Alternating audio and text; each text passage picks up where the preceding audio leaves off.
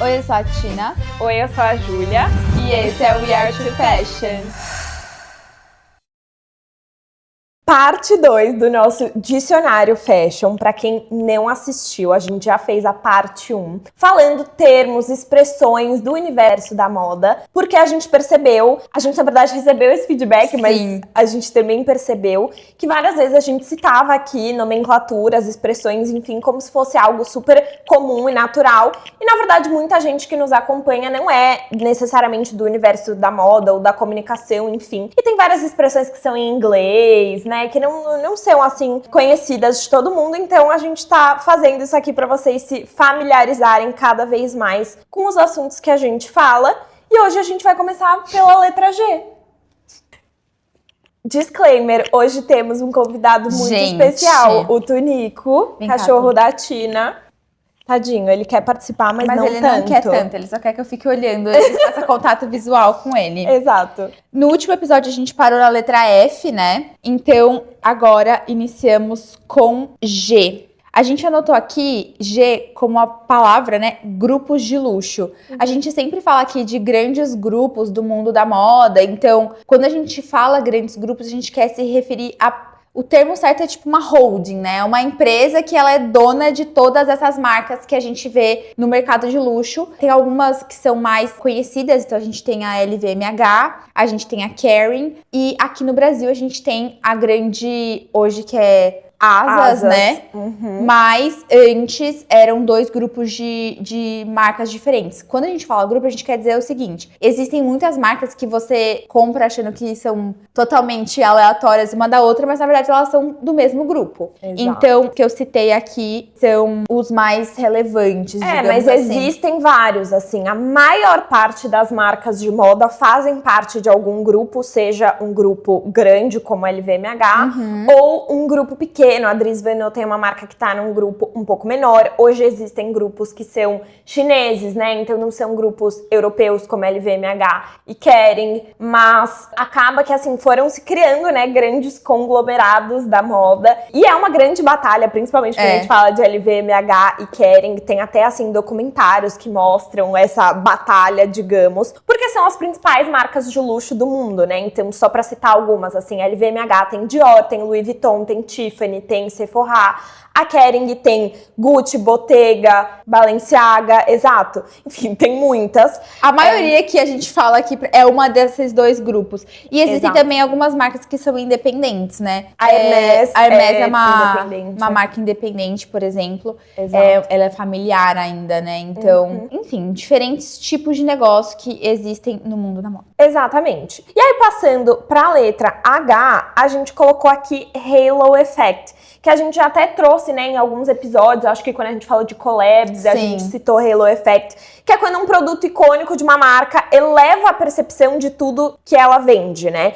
Então, uma bolsa da Chanel faz com que até o batom pareça mais valioso. A gente falou de Halo Effect quando a gente trouxe as collabs, porque acho que a gente fez essa relação, né, quando, por exemplo, a Rabanne fez uma coleção com a H&M. É meio que ali um Halo Effect, porque você tá pegando uma marca de um alto valor e combinando com uma coisa que é fast fashion e dando mais valor pra ela. Então, por exemplo, uma collab que acabou de acontecer, Havaianas e Isabel Marant. Gente, a Havaianas da collab, uma Havaianas comum, estava R$400 quase. Por quê? Porque você tá juntando ali o nome Isabel Marant, a qualidade desse produto, a história desse produto, etc. Então se justifica ali esse valor. Então é um nome aí meio complicado, né? Halo Effect, mas que a gente utiliza em algumas situações. Agora passando para a letra L, nós colocamos licenciamento. Dentro do mundo da moda, existe bastante essa questão do licenciamento, que é quando uma outra marca está autorizada a usar a marca e fabricar produtos para ela. Vou dar um exemplo prático para vocês entenderem. Praticamente todas as marcas de luxo que fabricam óculos, por exemplo, não são elas No caso, elas não fabricam, Elas não fabricam, no caso. Dando um exemplo aqui pra vocês entenderem melhor, a Luxottica, ela produz os óculos de várias marcas de luxo que existem no mercado. Isso acontece também com as maquiagens, com perfumes. Então, a Luxottica, ela tem um licenciamento pra usar aquela marca e produzir para aquela marca, mas não é dela, ela só tem o licenciamento, entendeu? Isso é muito interessante, que quando eu trabalhava na Hugo Boss, eu era bastante atenta ao time de merchandising, que é uma coisa que a gente já conversou aqui também do nosso vocabulário, e eu adorava isso. E a operação de produtos licenciados, ela é totalmente diferente da operação de produtos próprios. Isso é bem interessante também. É quase como você compra os seus próprios produtos, né? É bem diferente essa dinâmica. Eu trabalhei, inclusive, quando eu estava na Hugo Boss Global, né, morando em Paris, teve uma época que eu trabalhei só cuidando da mídia paga das licenses, né, que a gente chamava, que eram os produtos licenciados. Então eu trabalhei um tempo muito focada, tipo, 100% à frente das licenças, e eu passei a entender tudo, assim, porque eu era o ponto de contato com as empresas que tinham a licença. Então eu tinha contato com a marca que fazia as roupas de criança, com a marca que fazia os óculos e com a marca que fazia relógios e joalheria. Porque muita gente nem sabe, mas a Boss tem acessório, tem colar, tem brinco, tem relógio, enfim. Então eu tinha contato com todos esses parceiros, que são empresas diferentes, e geralmente eles têm o budget deles, assim, eles têm um budget, falando de mídia, né, eles têm um budget de mídia, e a gente que faz a proposta ali de como alocar esse budget. Quer dizer, era uma coisa muito conjunta, assim, né? Eles traziam uma proposta, a gente opinava um pouco, junto com a nossa agência, enfim. E aí chegava ali num resultado final. Mas é muito interessante, né? Porque as pessoas veem ali um perfume da Boss. Então, o Vinícius Júnior, por exemplo, que é brasileiro, ele é a cara de um dos perfumes da Boss atualmente. E não foi a Hugo Boss que contratou ele, foi a Coty, que é quem tem a licença da parte de beleza da Boss, e assim funciona para a maioria das marcas. Burberry é assim, Marc Jacobs, se eu não me engano, agora vai ser assim também. Então é muito normal assim esse funcionamento, e é obviamente uma forma da marca ganhar dinheiro, né? Porque essa outra empresa tá pagando para ter essa licença. Exatamente. Passando para a letra M, a gente colocou aqui maison, porque a gente usa essa palavra também em diversos contextos, às vezes para a gente não repetir, né, a palavra marca em algumas situações, a gente utiliza maison, que na verdade é uma palavra francesa que significa, né, literalmente casa. E aí no contexto da moda, as maisons geralmente são essas grandes marcas de luxo, principalmente quando a gente fala, né, de marcas que são de alta costura, que nasceram na França. Então a gente fala Maison Dior. Até lembrei agora de uma série, mas tem várias séries que retratam isso. Tem uma série sobre a história do Dior e aparece ali o Balenciaga, enfim. E eles sempre se referem às marcas falando, a Maison Balenciaga, a Maison Dior. Então era um vocabulário muito utilizado ali no início dessas marcas, mas que perpetua até os dias de hoje. Algumas marcas usam até no nome, né? Maison Margiela. Exato, Maison Margiela usa muito. Então é meio que até você adicionar assim, um prestígio a mais à sua marca, né? Mas, exatamente. Enfim, não adianta você ser qualquer marca e falar que você é uma maison. Você precisa ser, tipo, a Balenciaga. É que geralmente elas são ligadas à herança cultural francesa, né? Por isso Exato. que, inclusive, é francês. A próxima palavra ainda no M, que é importante a gente sempre fala aqui, é multimarca. É uma palavra mais comum e meio intuitiva de saber o que é. São lojas que vendem diversas marcas. Ela funciona como uma curadoria de produtos e você pode ir nesses lugares comprar essas marcas. Aqui no Brasil a gente tem algumas... Acho que a principal que eu posso dizer de multimarca de luxo seria a NK. Então, a NK, ela é uma multimarca, ela compra esses produtos na parte de atacado das marcas de luxo e revende. Então, a curadoria, o que vende na loja é de acordo com a curadoria da NK. Então, cada loja, cada multimarca pode vender alguma coisa. Depende do tipo de compra que ela faz com o atacado da marca. Mas é muito interessante que é um jeito da marca expandir esse ponto de venda e atingir outros tipos de consumidores, ou estar em um lugar que ela não tem loja própria, por exemplo. Então, é bem interessante. E é uma fonte diferente de receita, novamente, né? No fim, o negócio precisa fechar. E muitas marcas, assim, brasileiras vendem atacado, né? Marcas, assim, super renomadas, então, Francesca, por exemplo. Paula Torres, exato. Justamente por isso, assim, porque elas querem estar em outros pontos de venda, em outras cidades que ela ainda não consegue ter operação suficiente para estar, né, como uma loja própria. Passando para a letra P, colocamos aqui Prêt-à-Porter, que em português significa pronto para vestir. Vocês perceberam, né, que tem várias nomenclaturas que vêm aí do francês, o Prêt-à-Porter é em francês, que é, na verdade, quando não é alta costura, quando não é um desfile de alta costura, é um desfile Prêt-à-Porter, ou em inglês a gente também fala muito ready to wear, né? Então é a coleção que de fato vai pra loja e que tem uma pegada comercial, exato, né? Mais comercial. Então, diferente da alta costura que a gente comentou no outro episódio, não tem esse olhar super artístico do savoir-faire, do manual, enfim. Claro que, né, quando a gente fala de marcas de luxo, tem um trabalho muito bem feito, tem uma qualidade por trás, até para justificar os valores que ainda são altos, mas é uma coisa um pouco mais, assim, produzida em série, com tamanhos mais padronizados, né? Então, a alta costura tem muito a coisa do ser um sob medida, então são objetivos assim diferentes, né? São coleções com objetivos diferentes. Surgiu muito para democratizar o acesso ao design de moda, né? Porque se a gente para pra pensar nos reis e rainhas, é isso, era tudo sob a medida, era super, né? Era esse trabalho manual e tudo mais. Mas as pessoas começaram, né, a ter ali seu poder aquisitivo, burguesia, bababá, nobreza.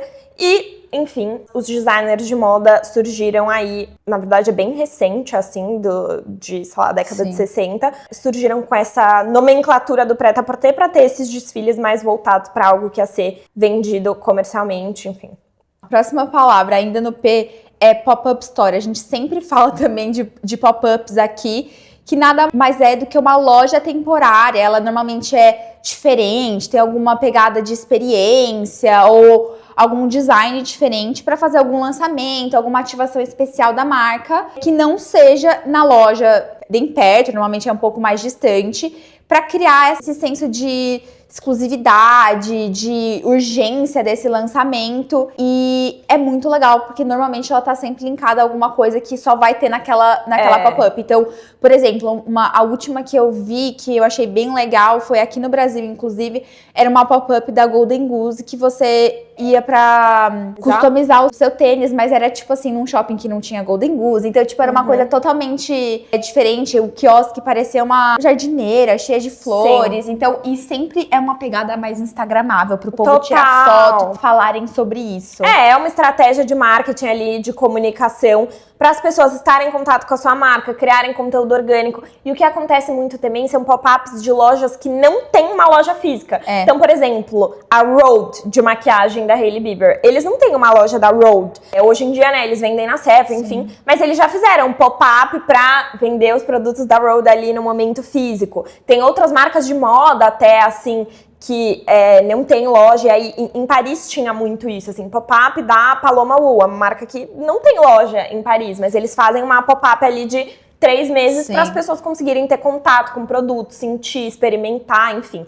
Então, é uma estratégia e você não se prende, né, financeiramente falando, a um aluguel, né, eterno ou, enfim, grandes custos, porque é uma coisa temporária.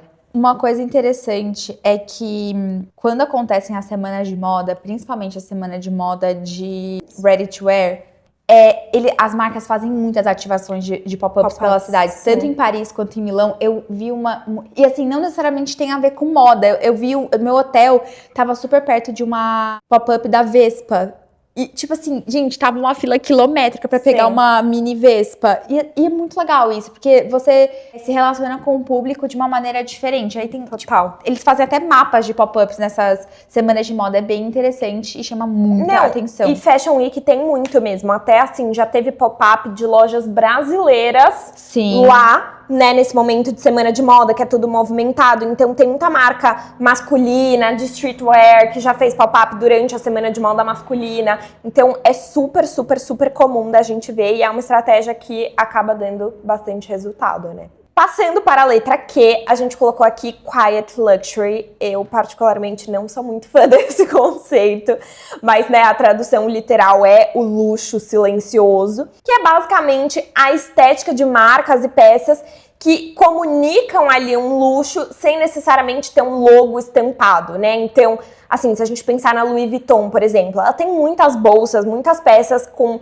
o monograma ou com escrito Louis Vuitton. Quando a gente pensa em marcas como Brunello Cucinelli, Loro Piana, The Row, são marcas que, assim, você não vê nada, né? Tipo, o nome, o logo, nada disso. Mas o conceito é justamente pessoas conhecedoras de moda, de luxo, que têm um poder aquisitivo muito alto, vão saber identificar que você está usando alguma dessas marcas.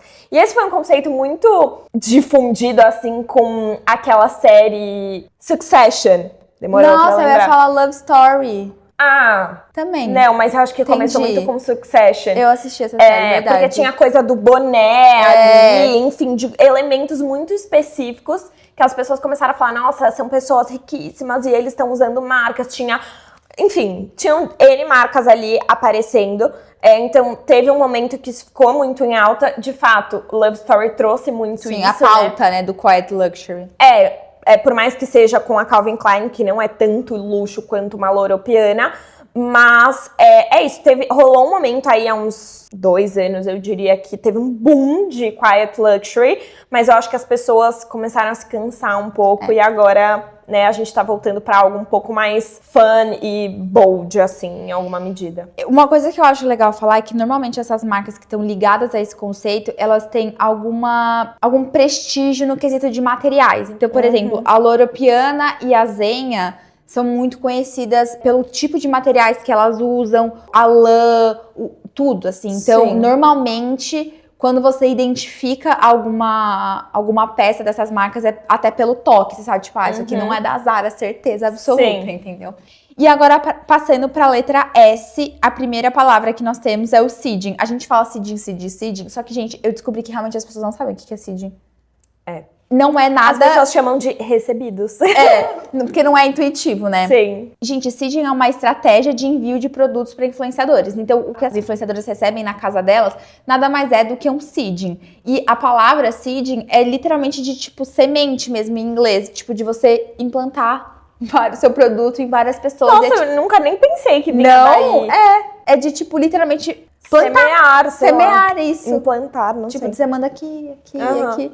E esse é o conceito do seeding. É para gerar uma visibilidade espontânea e orgânica para o seu produto e para sua marca. Então, normalmente, você manda um seeding para uma influenciadora, nada garante que ela vai postar, que ela vai usar, enfim. Não é pago, não é um trabalho, é literalmente um recebido. Claro que, assim, pode ser atrelada a uma ação comercial com a influenciadora, no sentido de, a Tina é influenciadora e eu sou a marca. Contratei a Tina para fazer uma ação pontual, nessa ação ela vai ter que usar X produto da marca. Aproveito e mando um seeding da marca com esse produto, e aí ela pode acabar atrelando uma coisa a outra, né? Tipo, então, fazer a sequência de histórias contratada pro seeding. Mas, de modo geral, o seeding é justamente, assim, pra você chamar a atenção de influenciadores que ainda não te conhecem ou que não trabalham com você. E até, assim, sendo bem sincera, quando a gente trabalhava nesse lado, né, de enviar seedings, a gente tinha muito como um filtro pessoas que geralmente postam os recebidos. Sim. Porque como não tem essa obrigação de você postar os recebidos,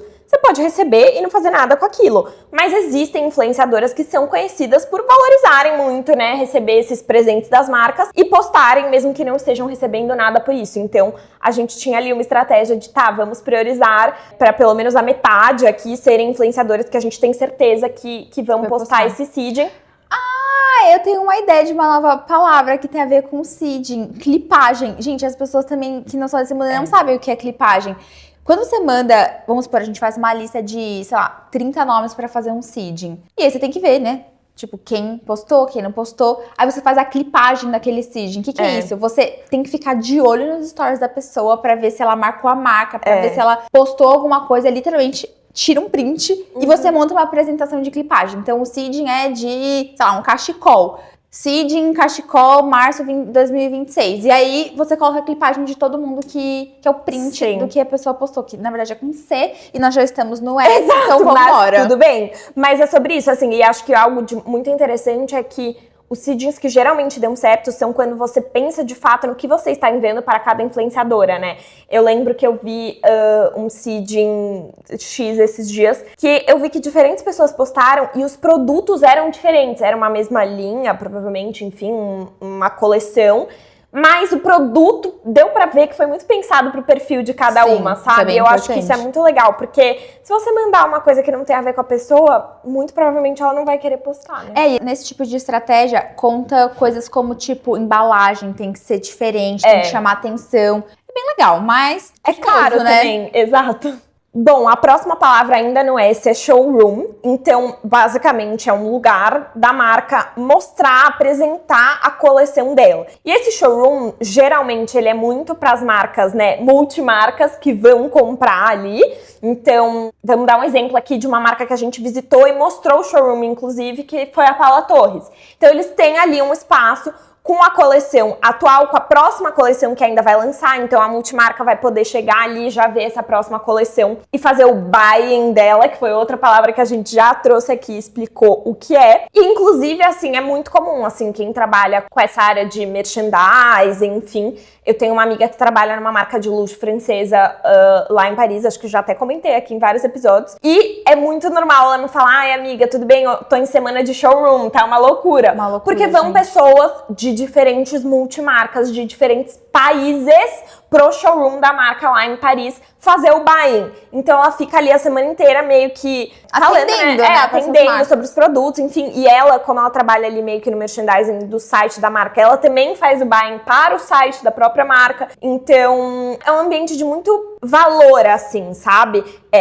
Eu fiz uma palestra esses dias que era inclusive só para representantes comerciais, tipo, que tem showroom com N marcas. E aí, é isso, né? Eles têm meta de vendas, porque eles querem vender todas aquelas peças. Então, tem muito uma coisa de, de atender e atender com precisão, né? Então, tem um diferencial ali no seu atendimento, você saber explicar as peças, você saber dizer o que vai performar melhor, enfim. Eu acho que um dia a gente pode, eu tô pensando aqui, tava até viajando, a gente podia fazer talvez, não sei se vocês têm interesse, mas aqui essa é a parte que eu mais gosto, de como que funciona, né, a parte comercial do mundo da moda. Então, o atacado é um braço muito importante. A gente fala muito do varejo, porque eu sou realmente apaixonada pelo varejo, mas assim, o atacado tem uma grande relevância nesse quesito e o buying, que a gente já falou muito aqui, para uma multimarca, gente, é muito personalizável, entendeu? A pessoa vai lá, ela compra. Normalmente tem um número mínimo, mas ela pode comprar, tipo assim, eu quero 2,37, se for no sapato, 2,38. Ela tem que fazer um estudo da própria marca dela. Isso é muito interessante. Então a gente pode falar mais sobre isso, que é uma coisa mais técnica, mas é bem legal também. Bom, passando para a próxima palavra e conceito, né? Ainda no S, é slow fashion. A gente já falou do fast fashion, então é basicamente o oposto do fast fashion. Então, são marcas que são focadas na produção consciente, de qualidade, marcas que pensam em sustentabilidade e não são focadas no consumo acelerado, em tendências momentâneas do mundo da moda. Normalmente, a gente vê mais o slow fashion ligados a marcas um pouco menores, né? Então, assim, eu acho que é quase impossível uma marca de slow fashion ser do tamanho de uma Zara, por exemplo, globalizada. Mas isso tem a ver com a estratégia de marca e o que essa marca se propõe a fazer. Muito se fala também sobre o slow fashion hoje em dia, né? Como um movimento oposto ao fast fashion, mas eu também acho que é quase um estilo de vida, né? Quem consome slow fashion é um slow fashion no sentido da vida mesmo. Não gosta de coisas massificadas, não se atrela a essas... até pensando em beauty, né? Pensam em beauties mais orgânicos. Enfim, esse conceito é basicamente o oposto do que a gente já tinha falado do fast fashion. Exatamente. E aí, passando para a última palavra, na letra S, a gente colocou aqui styling, ou a profissão até, né? Stylish. A profissão do stylish, ela é uma profissão que ela é muito criativa, mas ela é também estratégica. Então, é a pessoa responsável ali pela curadoria de um look, né? A pessoa responsável por curar ali, montar um visual. Seja ele o visual de uma influenciadora, seja o visual de um shooting, de uma campanha, de um desfile, de uma produção fotográfica, enfim. Então, quando a gente fala das influenciadoras, né? Muitas influenciadoras grandes, elas contratam stylists principalmente para momentos muito relevantes. Então, vou para o Festival de Cannes, quero estar com algo muito especial. O stylist vai ser o responsável por pensar, bom, essa pessoa comunica tal coisa, ela se posiciona de tal maneira, então vai fazer sentido ela vestir determinada marca, ela vestir esse vestido de tal forma. Então, às vezes, assim, uma mesma peça, a depender do stylist, ou do styling, né, no caso, podem ser vestidas de maneiras completamente diferentes. Então, você pode pegar aquele vestido e dobrar de um jeito, colocar um cinto em cima, ou deixar ele totalmente solto. Eu lembro que a Silvia Braz e a Maria Braz, elas já usaram o mesmo vestido, tipo, uma usando o lado da frente, só que ao contrário, sabe, usando, tipo, o lado que seria para ser a frente nas costas. Tudo isso é a ideia do stylist, né? E claro que, assim, existem muitas polêmicas ao redor do styling, porque existem influenciadoras que para ir na esquina utilizam stylist. Isso é certo? Se ela é uma influenciadora de moda, ela não deveria ser capaz de montar o próprio look. Enfim, existem muitas discussões, mas eu acho um trabalho, assim, incrível. Eu sou muito fã do trabalho de styling. Eu juro que eu já me questionei várias vezes se eu não deveria ter feito um Master em Styling, porque tinha na Marangoni, e não em comunicação de moda, porque eu amo, assim, sabe, pensar nas diferentes combinações. E é isso, existe realmente faculdade, mestrado de styling, porque existem diversas referências e estudos e repertórios que você pode ter para ser um bom stylist. E eu acredito que, assim, o bom stylist é aquele que sabe exatamente quem é o seu cliente. Ou, né, não só o cliente como pessoa, mas o cliente transita marca com ele, né? Isso é importante. Normalmente os stylists, eles são responsáveis por ter esse relacionamento com as marcas, né? Tipo, vestir você de tal marca também, fazer produção de moda também é bem relacionado a essa profissão. Agora vamos trocar de letra. A próxima letra, T. A primeira palavra é temporada. A gente sempre fala isso, temporada tal, temporada tal. O que a gente quer dizer com essa temporada? Então, a gente tem a temporada Spring Summer, que significa primavera-verão, e FW, que significa Fall-Winter. São os dois polos de temporadas de desfiles que a gente tem e que as marcas, elas pensam na coleção pensando na estação, né? Então, é literalmente primavera-verão, uma coisa mais... A gente sempre fala, né, da transição, talvez, de uma temporada para outra, que tem o cruise. A gente fala isso no esse episódio de calendário da moda, está bem explicado. E que, normalmente, a gente vê a transição de cores durante o ano. Então, quando a gente tá falando de uma coleção de verão, tem cores mais fortes, estampas. E depois, numa temporada de fall-winter, é uma paleta de cores mais sóbria, quente, enfim. Então, é basicamente isso. E ela divide o calendário da moda dentro desse ano, que a gente fala muito bem explicado no nosso episódio. Eu acho que vale a pena assistir. Eu quero só fazer um disclaimer aqui, que tem algumas letras que a gente está pulando, tá? Por exemplo, o R, porque a gente não pensou em nada aqui pro dicionário fashion. Não, a gente pulou porque a gente não pensou em uma palavra, entendeu? Se a gente lembrar aqui, a gente pode super falar, mas só pra vocês não estranharem, entendeu? Eu achei que eu tinha pensado numa palavra com R, não, mas só pra dizer que algumas letras do alfabeto não estão aqui, a gente mas sabe o alfabeto. A gente sabe, calma. Exatamente. Então, estamos passando para o conceito de trend forecasting, que nada mais é do que a prática, digamos, de prever tendências antes delas, né, de fato se tornarem ali a tendência massificada, enfim. Então, existem muitas empresas que são especializadas nisso, que vendem relatórios de tendência. Então, WGSN é a principal delas, mas existem diversas aí ao redor do mundo que trazem esses estudos, né, com base em tudo que está acontecendo, que já aconteceu, que está começando a acontecer. Então, assim, na NRF, que é aquele evento sobre varejo que eu vou todo ano em janeiro, sempre tem alguma palestra com WGSN e eles sempre trazem alguma palestra nesse sentido de, o varejo daqui 2 anos, o varejo daqui 5 anos, né? O que a gente imagina que vai estar acontecendo de prioridade, como as pessoas estarão se comportando, enfim. E no universo da moda, trend forecasting é muito importante justamente por isso, né, de que as marcas começam a criar as coisas 1 ano antes delas de fato irem para a loja. Então elas têm que estar muito atentas ali de o que estará fazendo sentido naquele momento. Isso também tem muita relação com com o comportamento humano e com o que as pessoas estão pesquisando, por exemplo, né? A gente tem relatórios de literalmente que as pessoas buscam. Então, sei lá, no Pinterest você vê muitos sinais de que alguma coisa vai virar tendência. Alguma cor, enfim, uma combinação de cores. Eu percebi que aquele turquoise, sabe? Tipo, já tinha aparecido isso pra mim no relatório do Pinterest há muito tempo. E agora a gente tá vendo esse verde água aparecer aí, né? Polêmico, mas tudo bem.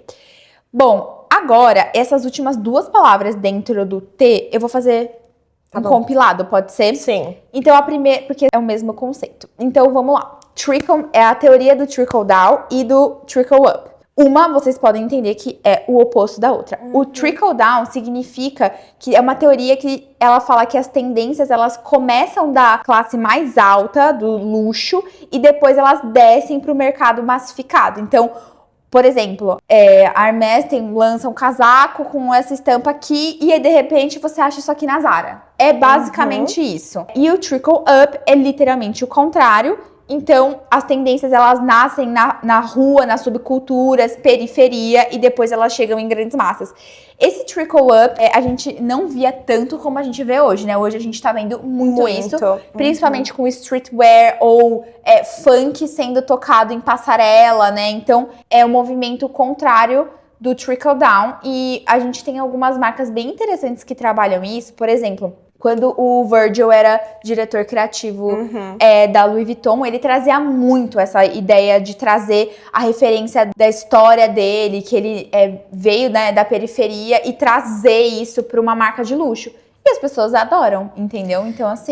E assim, claro que existe muita discussão, assim, porque algumas marcas se apropriam de subculturas de maneiras muito indevidas, só pra, né, conseguir ganhar dinheiro, pra comercializar em cima daquilo ali de alguma forma. Então, óbvio que existem maneiras de você fazer isso, né? O Virgil, ele, enfim, tinha ali a história dele, as relações dele, enfim. A Rabanne, né, entrou numa polêmica. Exato. Então, é tudo assim, você tá valorizando aquela cultura, você tá se aproveitando daquela cultura. É tudo a se questionar, mas são conceitos super importantes porque acabam acontecendo bastante no mundo da moda. A gente entraria agora na letra V, porque a gente não tinha nada no U, mas eu lembrei de uma coisa pro U, que é upcycling. Que é uma palavra que eu acho que caiu um pouco em desuso, assim, acho que antes estava muito em alta. Mas o upcycling é basicamente, assim, quando você pega materiais ali, coisas em desuso, e dá um novo uso para elas. Então, às vezes, é muita sobra de tecido, enfim, coisas ali que não vão ser utilizadas mais na fábrica, etc., ou roupas usadas que foram doadas, etc. Tem marcas que fazem esse trabalho de upcycling, né? De pegar ali retalhos e transformar numa peça maravilhosa. Nossa, tem um exemplo muito bom. Júlia, você ia adorar isso. Eu vou te mostrar porque eu tenho a foto disso até hoje. Eu fui num evento na Maison Bazar lá em Paris, da Amérique Latine, lá que eles fazem de marcas brasileiras, e eu encontrei a Thay de Mello. E ela tava com um vestido, gente, era a coisa mais genial que eu já vi na minha vida. Ela estava com um vestido que era um blazer. E, tipo, você conseguia ver que era um blazer, porque o vestido, ela vestia o forro do blazer. Meu, uma coisa maravilhosa. E, tipo assim, é uma coisa que você não vai achar igual em lugar nenhum. Não existe igual em lugar nenhum, porque era um blazer, não ela tem como vestiu reproduzir. E eu não lembro o nome da marca, mas, tipo, era bem cortado o forro do blazer, então ela vestia e, tipo, saía a manga na lateral, assim, meu, muito lindo. Ai, que maravilhoso. Agora eu vou ter que ir atrás, tá? Eu vou te mostrar, porque, juro, era lindo demais. Mas é isso, é um conceito que chegou um momento que ele ficou muito em alta, né? Que as pessoas estavam valorizando cada vez mais, mas, infelizmente, caiu um pouco. Tá, agora pode passar pro V. Pode. Indo pro V, a primeira palavra é vintage. Palavra, assim, que a gente fala bastante, mas é também um pouco mais intuitiva. Ela se refere a peças antigas e originais de outras épocas que não é a atual. Então, normalmente tem algumas décadas mais valorizadas, né, que a gente fala que A questão do vintage é que é muito procurado e valorizado pela autenticidade, a história que aquela peça carrega e a raridade, né? Então, de você encontrar tal peça vintage Chanel, tal peça vintage Dior, de tal diretor criativo. E hoje tá super em alta aí, né? E tem um episódio inteiro sobre isso aqui também, verdade. Tá? A gente sempre faz nosso jabá aqui, mas é porque tem episódios muito legais. Sim. E a gente sabe que nem todo mundo acompanha a gente desde o começo, né? Então entra aqui, faça a maratona dos nossos episódios. Próxima palavra é varejo, que a gente também já citou aqui infinitas vezes, né? Mas basicamente é o canal de venda direta ao consumidor final, né? Então vender a marca que vende um produto para o consumidor. Pode ser físico, pode ser digital. E assim, o varejo de moda é isso. Ele tem desde as marcas de luxo até marcas que vendem apenas no e-commerce, porque são marcas que acabaram de começar, enfim. Então é esse modelo de... Por isso que a gente sempre fala de varejo e atacado. Porque atacado é essa coisa B2B, né? Então uma empresa que vai vender para uma outra empresa. Já fala então, é a próxima letra. Exato. Já explica. Wholesale, é porque tá no W aqui, porque a gente colocou em inglês, né? Mas, enfim, basicamente, wholesale é o mesmo que atacado. Então, são esses dois conceitos, né? De ou a marca vender direto pro consumidor, varejo, ou a marca vender para outra marca, atacado. Então, como a gente falou, a multimarca, ela vai lá comprar nesse modelo de atacado. Então, por isso que a Tina até comentou, muitas vezes tem uma quantidade mínima de peças. O preço é diferente, exato. Não compra pelo preço de venda. Exatamente. Então, são estratégias diferentes que para a maior parte das marcas, as duas estratégias são interessantes, né? Então, até quando a gente pensa, por exemplo, a Galeries Lafayette, que é uma multimarca ali de alto nível em Paris, ela é uma marca que vai lá na Dior comprar as coisas para ter ali no corner da Dior dentro da Galeries Lafayette. E uma coisa que eu lembrei, que eu acho que a gente comentou talvez no primeiro episódio, e a gente comentou hoje aqui de novo por cima, mas que não tá aqui como um conceito nem no V de visual merchandising, nem no M de merchandising, é um conceito importante de citar, né? Falando do V, que a gente tava nele agora, o visual merchandising é muito importante. Quando a gente fala, por exemplo, da loja física, né? O que é o visual merchandising? É a disposição de tudo na loja.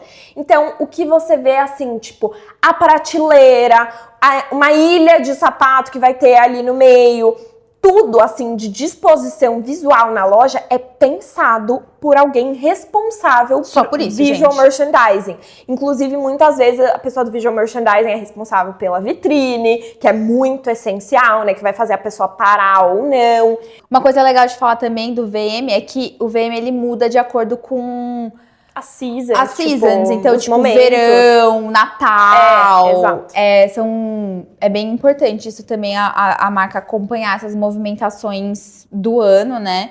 Eu acho muito legal essa parte também. E eles vão participar, com certeza, de decisões sobre pop-up stores, que a gente comentou aqui. Então, tudo que diz respeito a esse visual mesmo da marca. Exatamente. E acabamos, isso, meu Deus. Né? Um dicionário completinho, explicado aqui pra vocês. Exato, revisa, anota, estuda. Que são conceitos, assim, super importantes e que são utilizados no mundo da moda, em outros mundos também, muitas das nomenclaturas que a gente trouxe aqui. Mas é isso. A gente adorou fazer esse episódio, exato, né? Eu amei. A gente adorou. Espero que vocês tenham gostado também. Mandem mais sugestões que a gente recebe. A gente escuta sempre. E adora. Exato, e não se esquece de se inscrever no canal do YouTube. Você já se inscreveu? Porque a gente sabe que tem várias pessoas que assistem e não se inscrevem. Você já seguiu no Instagram We Are To Fashion? A gente tem postado muita coisa por lá. E se você também não faz parte, temos uma comunidade no WhatsApp. Você encontra tudo no link da nossa bio do Instagram.